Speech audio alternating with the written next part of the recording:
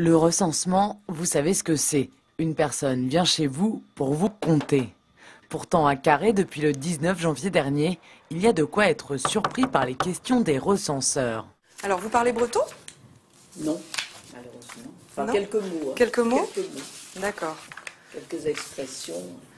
Comment vous avez appris la langue bretonne? Grâce à mes grands-parents. D'accord. Et mes parents, en fait. D'accord, avec la famille. Voilà. Et oui, c'est une première en France. En parallèle de l'étude officielle, les habitants de Carhaix sont interrogés sur la pratique de la langue bretonne. Mais pourquoi la ville du centre Finistère bénéficie-t-elle de cette enquête ?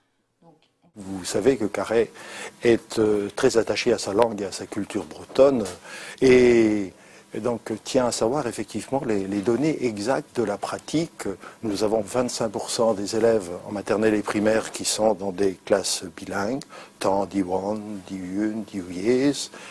Et nous avons une centaine d'emplois qui dépendent directement de la langue bretonne.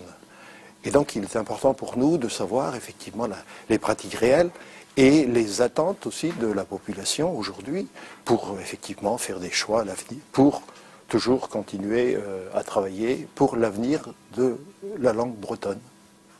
La mairie de Carhaix espère ainsi inspirer d'autres régions comme l'Alsace, la Corse ou encore le Pays Basque. Alors Carhaix, ville test pour étudier la pratique de la langue bretonne. Que pensez de cette initiative, Laurent? On sait qu'effectivement le recensement, on connaît l'intérêt pour les données statistiques. Il y avait parfois un manque dans certaines régions.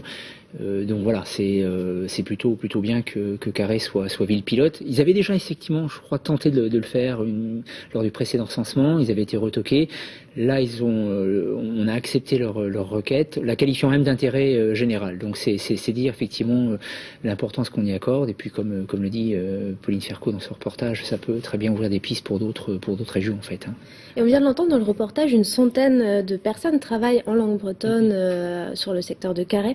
Quels secteurs sont concernés? Alors, on a vu Vincent Abaziou, effectivement, l'élu carhaisien qui en parlait. Il y a beaucoup de personnel de la municipalité de Carhaix qui sont formés au bilinguisme. On sait aussi qu'il y a bien évidemment les enseignants dont il parlait, hein, qui naturellement parlent breton. Et puis, il y a l'Office de la langue bretonne également, où tout naturellement, on parle également breton. Alors, dire secteur par secteur, ça serait un peu présomptueux, mais on sait qu'effectivement, sur Carhaix, on entend... il y a quelques débouchés, on sait qu'on entend vraiment souvent parler breton. Et pour tous ceux qui sont intéressés par la pratique de la langue bretonne, eh bien sachez que les écoles d'Iwan du Finistère ouvrent leurs portes demain samedi 4 février le matin.